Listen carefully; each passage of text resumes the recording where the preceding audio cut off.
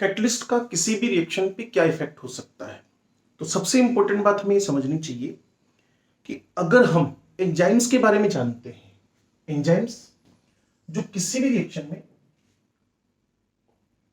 उसके रेट को बढ़ाने का काम करता है एंजाइम। तो जब आप एमबीबीएस के फर्स्ट ईयर में एंट्री मारेंगे तो आपको समझाया जाएगा बायोकेमिस्ट्री में एंजाइम एक बायो कैटलिस्ट है। और अभी आप 11th-12th में पढ़ रहे हो इस बात को। तो जो रेट ऑफ रिएक्शन को एनहांस कर दे, बढ़ा दे, स्पीड को, रिएक्शन को जल्दी होने में हमारी हेल्प कर दे। आप स्टूडेंट हैं, आपको बेसिक बातें तो पता है, लेकिन अगर आप माइक्रो लेवल तक अपनी बात को किसी पेपर में रखकर उसको क्लियर करना चाहते हैं तो आपको एक मेंटर की, आपको एक टीचर की नीड होती है। वो जो मेंटर है वो किसी भी रिएक्शन में एंजाइम है और आपकी लाइफ में वो टीचर है। तो a catalyst is a substance which increases the rate of a reaction without itself undergoing any permanent chemical change। अगर कोई ऐसा सब्सटेंस हो जो रेट ऑफ रिएक्शन को तो बढ़ा ही रहा लेकिन खुद में कोई भी परमानेंट केमिकल चेंज ना होने दे, लाइक टीचर, तो उसको आप लोगों ने क्या बोलना है? कैटलिस्ट बोलना है। जैसे कि इस रिएक्शन को देखिए आप, 2KClO3 का डिकम्पोजिशन हो रहा है, MnO2 की प्रेजेंस में हो रहा है। और ये रिएक्शन अगर MnO2 के बगैर हो तो ये रिएक्शन हाई टेम्परेचर पे होगी।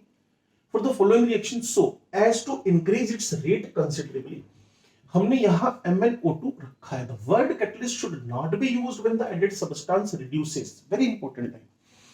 कैटलिस्ट तभी कैटलिस्ट है, टीचर को आप कैटलिस्ट तभी बोलेंगे जब आपको वो हेल्प करके आगे बढ़ाएगा।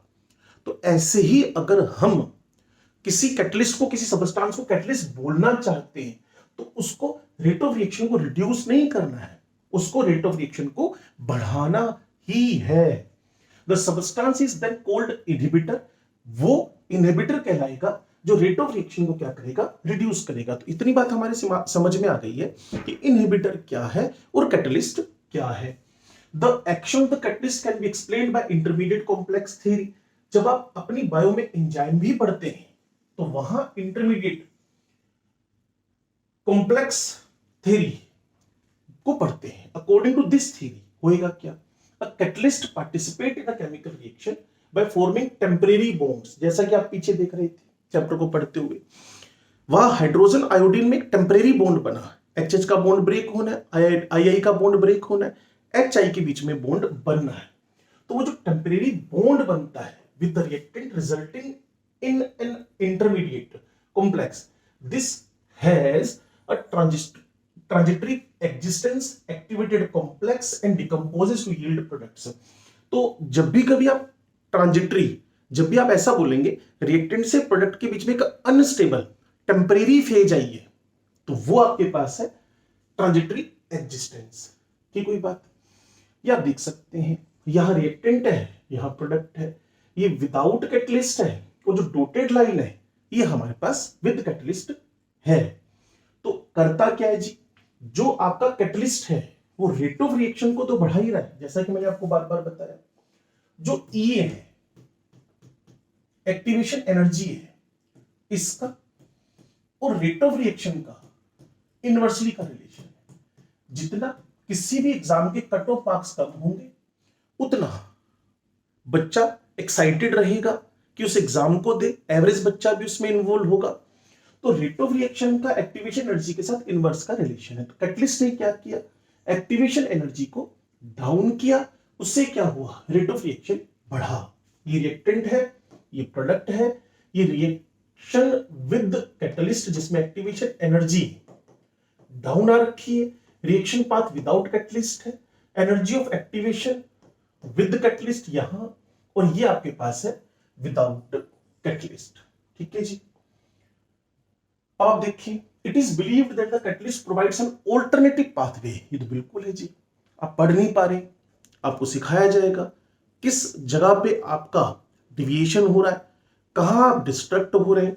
वैसे ही किसी रिएक्टेंट पे जब कोई कैटलिस्ट आएगा तो एक नया पाथ प्रोवाइड करवाएगा और रिएक्शन मैकेनिज्म नहीं आएगी by reducing the activation energy between reactant products and hence lowering the potential energy barrier as shown in the figure। जैसा कि मैंने पीछे दिखाया था आपको, तो पोटेंशियल एनर्जी का बैरियर क्या किया, वो जो बाधा थी, वो जो ऑब्स्टेकल्स थे, वो कम किया और रेट ऑफ रिएक्शन को बढ़ाया। ये क्लियर है आर्मीज इक्वेशन से। Lower the value of activation energy faster will be the rate of reaction. एक छोटी क्वांटिटी भी, ऐसा नहीं है कि आपके 24 घंटे में टीचर आपके साथ 24 घंटे ही लगा रहे, आउट ऑफ द 24 आवर्स वो आपको गाइड करने के लिए 1.5 घंटे आपके पास आएगा। Small quantity, a small amount of catalyst can कैटलाइजेस a large amount of reactants. A catalyst doesn't alter, कभी भी कैटलिस्ट जो गिब्स एनर्जी है उसको अल्टर नहीं करता। डेल्टा जी स्पॉन्टेनिटी को इंडिकेट करने वाला minus sign of reaction, it catalyse the spontaneous. ध्यान से समझने वाली बात और बड़ी जबरदस्त लाइन है। कैटलिस्ट एक चलती रिएक्शन को ही बढ़ा सकता है।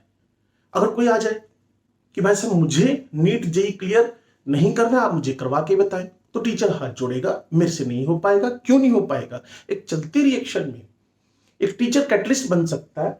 वैसे ही है delta G of reaction, it कैटलाइजेस the spontaneous reaction but doesn't catalyze the non-spontaneous reaction.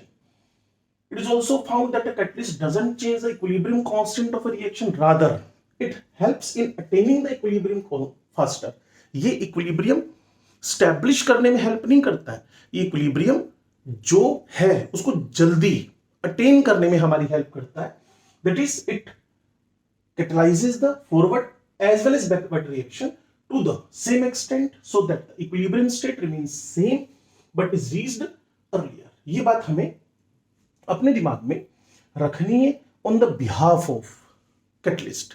Number 1 rate बढ़ाए, नंबर 2 जो घटाए वो इनहिबिटर, नंबर 3 एक्टिवेशन जी घटा देता है, नंबर 4 डेल्टा जी को अफेक्ट नहीं करता। स्पॉन्टेनियस रिएक्शन के लिए डेल्टा जी बेस्ट है। अगर मेरे पास स्पॉन्टेनियस रिएक्शन के लिए डेल्टा जी नेगेटिव के लिए कैटलिस्ट बेस्ट है। अगर कोई रिएक्शन स्पॉन्टेनियस नहीं है तो कैटलिस्ट वहां हाथ जोड़ देगा कि मैं इसका कुछ भी नहीं कर सकता हूं। ठीक है जी। फिर इसके बाद है कोलिजन थ्योरी, इसके बारे में हम आपसे बात करते हैं। तब तक आप कैटलिस्ट का इफेक्ट रेट ऑफ रिएक्शन पे देखें। Thank you.